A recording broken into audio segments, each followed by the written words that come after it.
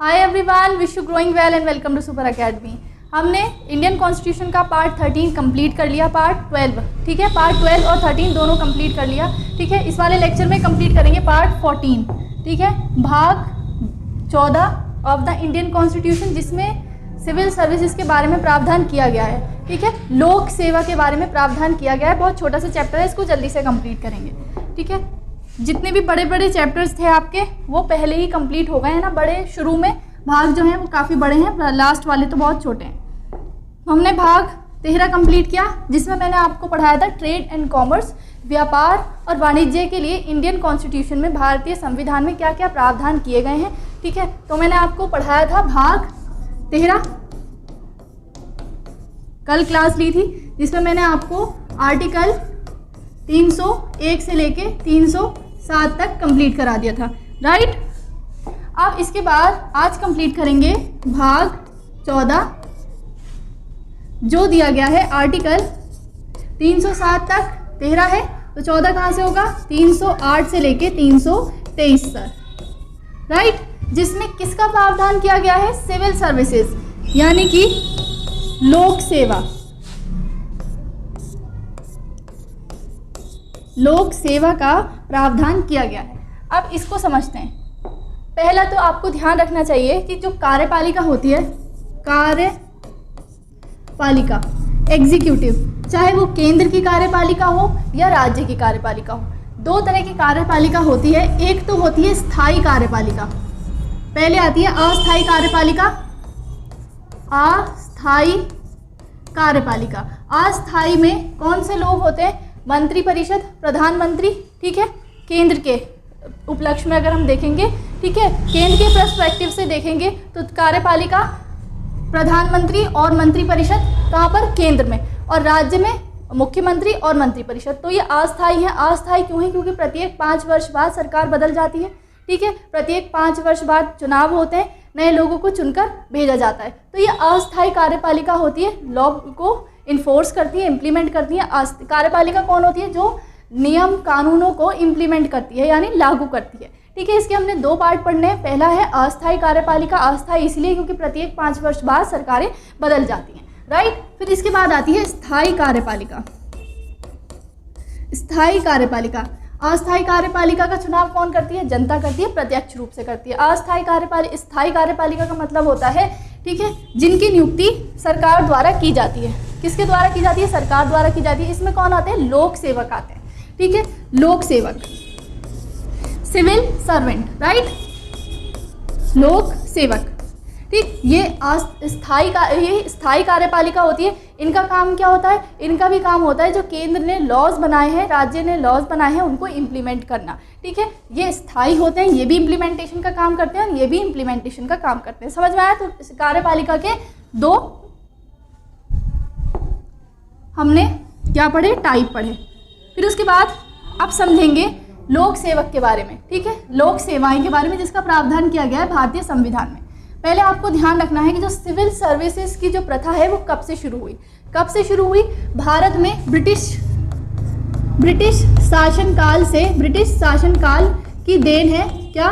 लोक सेवक, ठीक है। ब्रिटिश शासनकाल से प्रारंभ होती है। सबसे पहले 1855 में, 1855 में मैकाले समिति की सिफारिश पर, मैकाले समिति की सिफारिश पर, ठीक है, इनकी सिफारिश पर लंदन में, ठीक है, लंदन में क्या शुरू की गई? सिविल सेवा की परीक्षा शुरू की गई। सिविल सेवा की परीक्षा शुरू की गई सबसे पहले कहाँ पर हुई? लंदन में। ध्यान रखना है कब हुई? 1855 में, जो भारतीयों के लिए शुरू की गई। 1855 में शुरू की गई। किसके अनुशंसा पर की गई? मैकाले समिति की। इस बात का आपको ध्यान रखना है। फिर उसके बाद नेक्स्ट पॉइंट आता है कि 1922 में, 1855 में शुरू की गई सिविल सेवा भारतीयों के लिए। कहाँ पर शुरू की गई? इसकी परीक्षा कहाँ होती थी? लंदन में, ठीक है। इसके बाद 1922 में पहली बार इलाहाबाद में इसकी परीक्षा की गई। इलाहाबाद में भी हुई। भारत में इलाहाबाद में सिविल सेवकों की जो परीक्षा, जैसे यूपीएससी आज अपना एग्जाम कंडक्ट कराता है इंडिया में, इसी तरह जब पहले शुरू की गई थी 1855 में, तो लंदन जाना पड़ता था एग्ज़ाम को देने के लिए, इंडिया के लोगों को भी लंदन जाना पड़ता था। फिर उसके बाद इन्होंने 1922 में पहली बार कहाँ पर की, इलाहाबाद में, और लंदन में भी हुई और इलाहाबाद में भी हुई। फिर इसके बाद नेक्स्ट 1926 में ली आयोग, ध्यान रखना है, ली आयोग की सिफारिश पर, ये पीछे पूछा गया है किस आयोग की सिफारिश पर, ली आयोग की सिफारिश पर केंद्रीय लोक सेवा आयोग का गठन किया गया। केंद्रीय यानी कि ये जो परीक्षा की जा रही थी इसके लिए एक सेपरेट आयोग बना दिया गया, एक सेपरेट कमीशन बना दिया गया जिसे क्या कहा गया, केंद्रीय लोक सेवा आयोग। केंद्रीय लोक सेवा आयोग, right. Central public service commission किसकी सिफारिश पर बनाया गया, ली आयोग की सिफारिश पर बनाया गया। कब बनाया गया, 1926 में। इसके पहले अध्यक्ष कौन थे, इस तरह के क्वेश्चंस आपसे पूछे जाते हैं। इसके पहले अध्यक्ष कौन थे, सर रोज बारकर। सर रोज बारकर इसके पहले अध्यक्ष थे, ली आयोग की सिफारिश पर इसको बनाया गया। फिर उसके बाद भारत सरकार अधिनियम 1935 के द्वारा इसका नाम बदलकर क्या कर दिया गया, संघीय लोक सेवा आयोग। संघीय लोक सेवा आयोग, federal service public service commission, ठीक है, संघीय लोक सेवा आयोग। फिर उसके बाद जब हमने आज़ादी ली और हमारा संविधान लागू हुआ 26 जनवरी 1950 को, तो हमने इसका नाम बदलकर क्या किया, संघ लोक सेवा आयोग, जो वर्तमान में है यूनियन पब्लिक सर्विस कमीशन। ये नाम हमने कब अपनाया, 26 जनवरी 1950 को, जब हमारा संविधान लागू होता है। उससे पहले 1935 भारत सरकार अधिनियम के द्वारा इसका नाम क्या रखा गया था, संघीय लोक सेवा आयोग। और सबसे पहला नाम क्या था, केंद्रीय लोक सेवा आयोग, जो 1926 में ली आयोग की सिफारिश पर रखा गया था। ठीक है, ये पीछे आपको ध्यान रखना है। इनके पहले अध्यक्ष कौन है, सर रोज बारकर। इतना तो हमने पढ़ा इतिहास, ठीक है, कब पब्लिक सर्विसेज की शुरुआत होती है।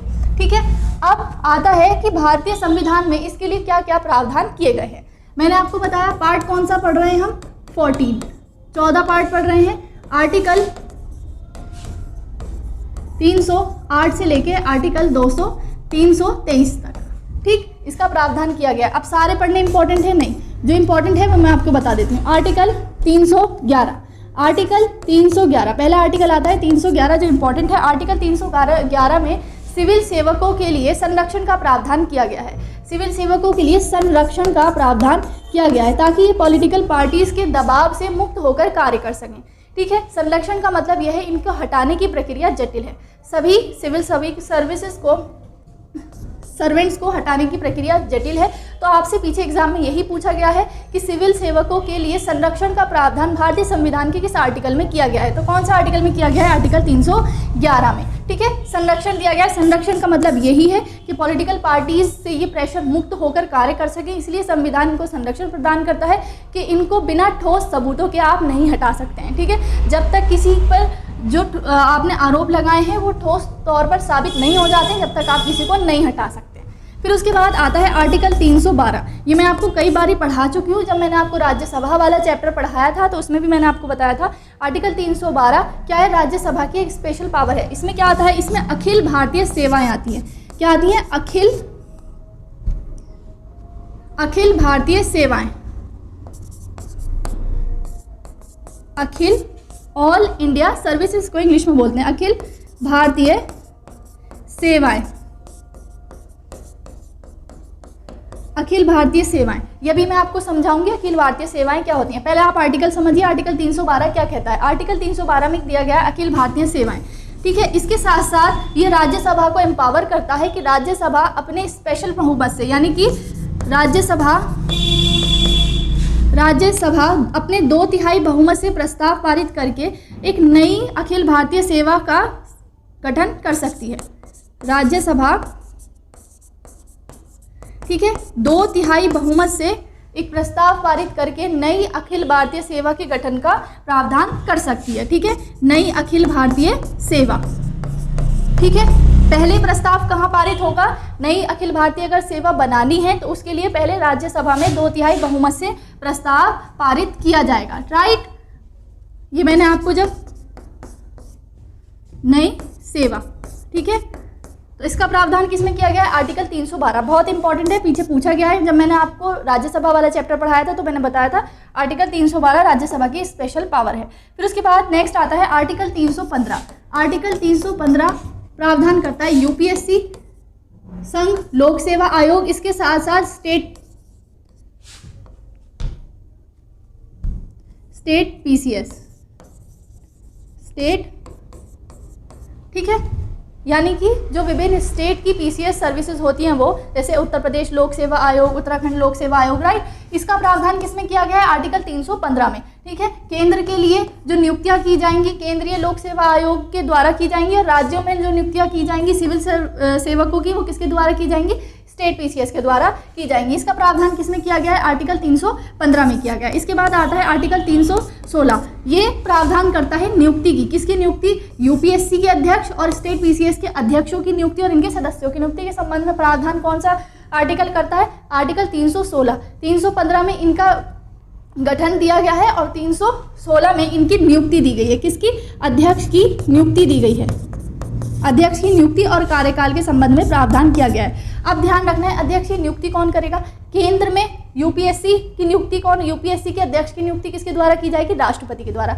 और मैंने आपको कई बार बताया कि राष्ट्रपति क्या है? नॉमिनल एग्जीक्यूटिव है, संवैधानिक प्रधान है। रियल एग्जीक्यूटिव कौन है? मंत्रिपरिषद। तो मंत्रिपरिषद की सलाह पर राष्ट्रपति द्वारा की जाती है अध्यक्ष की नियुक्ति केंद्र में, ठीक है, यूपीएससी के अध्यक्ष की नियुक्ति। इसके बाद किसी भी स्टेट पीसीएस के अध्यक्ष की नियुक्ति किसके द्वारा की जाएगी? यानी कि स्टेट पीसीएस में जो आयोग है उनके अध्यक्ष की नियुक्ति किसके द्वारा की जाएगी? राज्यपाल के द्वारा की जाएगी। सेम जैसे राष्ट्रपति नॉमिनल एग्जीक्यूटिव है, ऐसे राज्यपाल भी नॉमिनल एग्जीक्यूटिव है। रियल एग्जीक्यूटिव कौन होते हैं? मुख्यमंत्री, तो उनकी सलाह पर की जाएगी। तो किसके द्वारा की जाएगी? राष्ट्रपति के द्वारा। किसके अध्यक्ष की? यूपीएससी के अध्यक्ष की। फिर उसके बाद जो स्टेट पीसीएस है, ठीक है, उसके अध्यक्ष की नियुक्ति किसके द्वारा की जाएगी? राज्यपाल के द्वारा। राज्यपाल के द्वारा की जाएगी। अब दोनों आप एक चीज को ध्यान रखना है, इनकी नियुक्ति भी इन दोनों के द्वारा की जाएगी और ये अपना त्याग पत्र भी इन दोनों को देंगे, राइट। केंद्र यूपीएससी के जो अध्यक्ष हैं वो अपना त्याग पत्र किसको देंगे? राष्ट्रपति को देंगे। और स्टेट पीसीएस के जो अध्यक्ष हैं वो अपना त्याग पत्र किसको देंगे? राज्यपाल को देंगे, ठीक। इसका प्रावधान किसमें किया गया है? आर्टिकल 316 में। इसके बाद आता है आर्टिकल 317। आर्टिकल 317 प्रावधान करता है इनको पद से हटाने के लिए, ठीक है, पद से हटाने के लिए, ठीक है, इनको पद से हटाने के लिए प्रावधान किसके द्वारा, कौन सा आर्टिकल में किया गया? आर्टिकल 317 में। यूपीएससी के अध्यक्ष को हटाने का, जिन्होंने नियुक्ति की थी उन्हीं को अधिकार है उनको हटाने का, राष्ट्रपति के द्वारा। उनके राष्ट्रपति के आदेश पर यूपीएससी के अध्यक्ष को हटाया जा सकता है। लेकिन आपको एक चीज़ का ध्यान रखना है, राष्ट्रपति जो आदेश देंगे वो किस आधार पर देंगे? कदाचार के आधार पर। इनको एक ही आधार पर हटाया जाता है। जिन विभिन्न पद पढ़ाए मैंने आपको, राष्ट्रपति पढ़ाया, उपराष्ट्रपति पढ़ाया, इसी तरह मैंने आपको बताया उनको किसी न किसी आधार के आधार पर हटाया जा सकता है, ठीक है। कोई बेस होना चाहिए, आप किसी को उसके पद से हटा रहे हैं तो बेस होना चाहिए, ठीक है। इसमें क्या बेस बताया मैंने आपको? कदाचार, केवल कदाचार के आधार पर इनको हटाया जा सकता है, ठीक है। अब राष्ट्रपति हटाएंगे, कदाचार के आधार पर हटाएंगे, लेकिन कदाचार सिद्ध कौन करेगा कि हाँ हकीकत में उनके ऊपर कदाचार सिद्ध है? तो इसको सिद्ध करने का अधिकार किसको दिया गया है? Supreme court. यानी कि राष्ट्रपति इसकी जांच के लिए कि कदाचार है या नहीं, किया है या नहीं, ठीक है, इसकी जांच किसको सौंपेंगे? सुप्रीम कोर्ट को। सुप्रीम कोर्ट अपनी रिपोर्ट देंगे किसको? राष्ट्रपति को, और राष्ट्रपति इस रिपोर्ट के आधार पर उनको हटा सकते हैं या नहीं हटाएंगे। समझ में आया? राष्ट्रपति हटा सकते हैं, राष्ट्रपति के आदेश से हटेंगे। किस आधार पर हटेंगे? कदाचार के आधार पर। लेकिन कदाचार को सिद्ध करने का अधिकार किसको दिया गया है संविधान में? सुप्रीम कोर्ट को। सुप्रीम कोर्ट को दिया गया है कि सुप्रीम कोर्ट, राष्ट्रपति सुप्रीम कोर्ट से कहेंगे कि इनके ऊपर इनकी कदाचार की आप जांच कीजिए, फिर वो अपनी रिपोर्ट राष्ट्रपति को देंगे और राष्ट्रपति उनको हटाएंगे। समझ में आया? ऐसे ही हम स्टेट में देखेंगे तो राज्यपाल कदाचार के आधार पर हटा सकते हैं, सुप्रीम कोर्ट को पूछेंगे, फिर उसके बाद वो उनको रिपोर्ट देंगे, राइट। समझ में आया? अब इनका कार्यकाल देख लेते हैं। कार्यकाल किसमें दिया गया है? 316 में। आर्टिकल 316 में ही कार्यकाल दिया गया है, नियुक्ति और कार्यकाल दिया गया है। अब आपको ध्यान रखना है, यूपीएससी के अध्यक्ष का कार्यकाल 6 वर्ष, 5 वर्ष नहीं, 6 वर्ष और 65 वर्ष की आयु तक होता है। 6 वर्ष और 65 वर्ष की आयु तक होता है। और स्टेट पीसीएस की आयु, अध्यक्ष की आयु कितनी, सॉरी कार्यकाल कितना होता है, 6 वर्ष और 62 वर्ष की आयु, जो भी पहले हो, ठीक है। वो अपने पद पर कितने साल तक कार्य करेंगे, 6 वर्ष या 65 वर्ष की आयु, कौन, यूपीएससी के अध्यक्ष। और स्टेट पीसीएस के अध्यक्ष कब तक करेंगे, 6 वर्ष, ध्यान रखना है 5 वर्ष नहीं है, 6 वर्ष और 62 वर्ष की आयु तक, ठीक है। इन दोनों में से जो भी पहले हो। तो स्टेट पीसीएस और यूपीएससी में जो प्रावधान दिए गए हैं संविधानिक, वो इतने ही थे, राइट। उसके बाद एक बार नोट से देख लेंगे, इसमें जो आर्टिकल मैंने आपको बताया सिर्फ वही करने हैं, बाकी नहीं करने।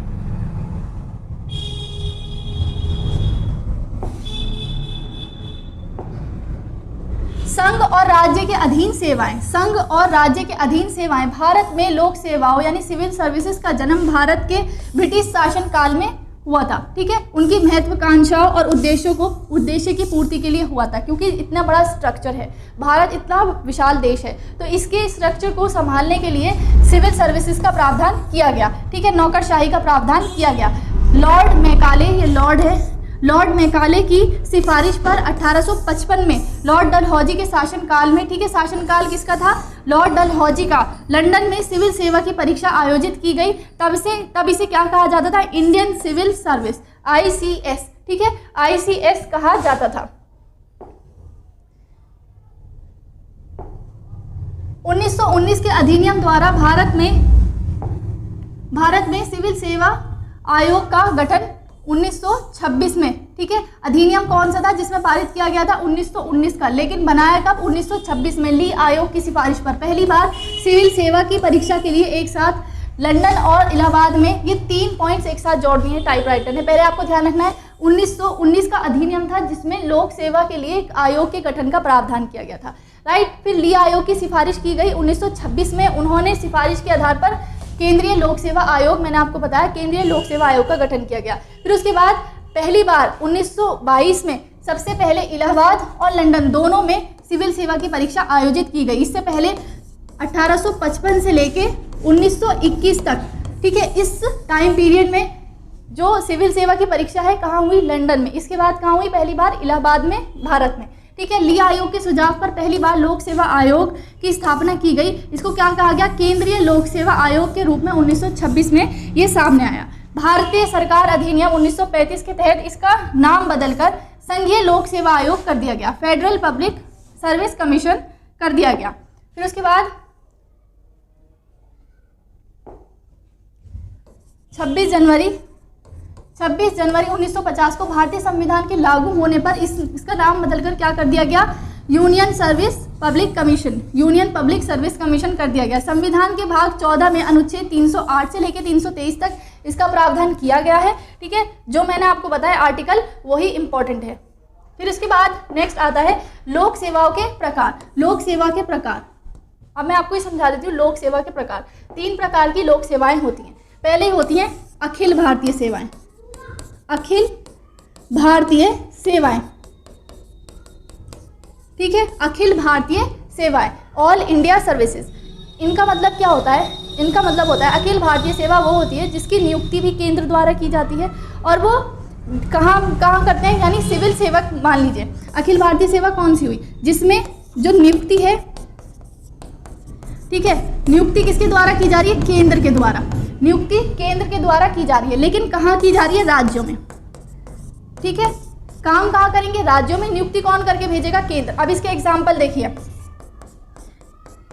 इंडियन एडमिनिस्ट्रेटिव सर्विस यानी कि आईएएस, ठीक है,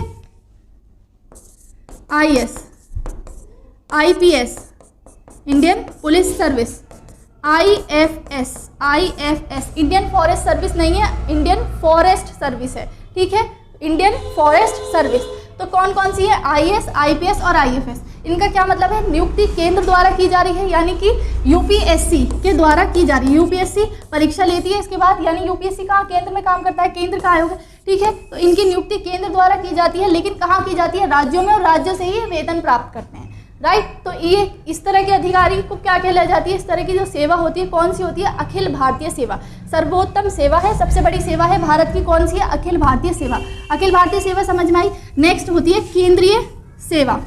केंद्रीय सेवा का मतलब होता है नियुक्ति भी केंद्र द्वारा की जाती है और नियुक्त भी कहाँ किया जाता है, केंद्र में, ठीक है। दूसरी आती है केंद्रीय सेवा। केंद्रीय सेवा, सेंटर सर्विसेज। नियुक्ति किसके द्वारा, केंद्र द्वारा, केंद्र द्वारा नियुक्त, और कहाँ पर, केंद्र में ही। नियुक्ति किसके द्वारा की जा रही, केंद्र द्वारा। कहाँ पर नियुक्त किया जा रहा है, केंद्र में। जैसे कि एग्जाम्पल आप देखिए, IRS होते हैं ना, जिसका किसके द्वारा इनका सिलेक्शन किया जाता है, UPSC के द्वारा, लेकिन नियुक्ति कहाँ की जाती है, केंद्र में ही। फिर इसके बाद आती है,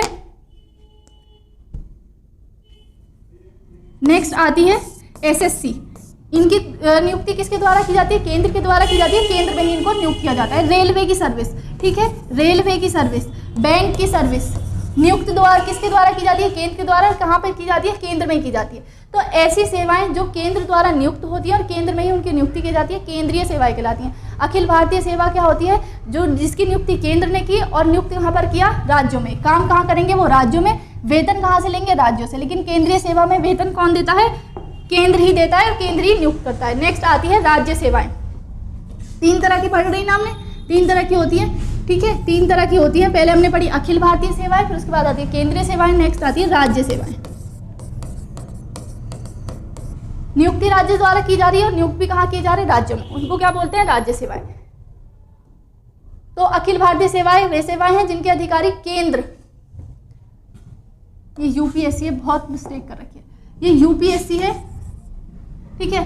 UPSC द्वारा भर्ती की जाती है तथा केंद्र के मूल नियंत्रण में रहते हैं। नियंत्रण किसका होगा, केंद्र का होगा। जबकि सेवाएं कहाँ देते हैं, राज्यों में देते हैं। वेतन किसके द्वारा दिया जाता है, वेतन राज्यों द्वारा दिया जाता है। अनुच्छेद 312 में अखिल भारतीय सेवाओं का प्रावधान किया गया। इसके एग्जाम्पल कौन है, IAS, IPS और IFS। IAS किसके अंडर में काम करता है, किस मंत्रालय के अंडर में आता है, क्रमिक मंत्रालय के नियंत्रण में आता है। और IPS गृह मंत्रालय के अंतर्गत आता है। और IFS कहाँ आता है, वन और पर्यावरण मंत्रालय के अंतर्गत। IFS का मतलब है इंडियन फॉरेस्ट सर्विस, फॉरेन नहीं है, फॉरेन सर्विस केंद्रीय सेवा है, ठीक है। नेक्स्ट आता है अखिल भारतीय सेवा के सृजन का अधिकार राज्यसभा संसद को देती है, ठीक है।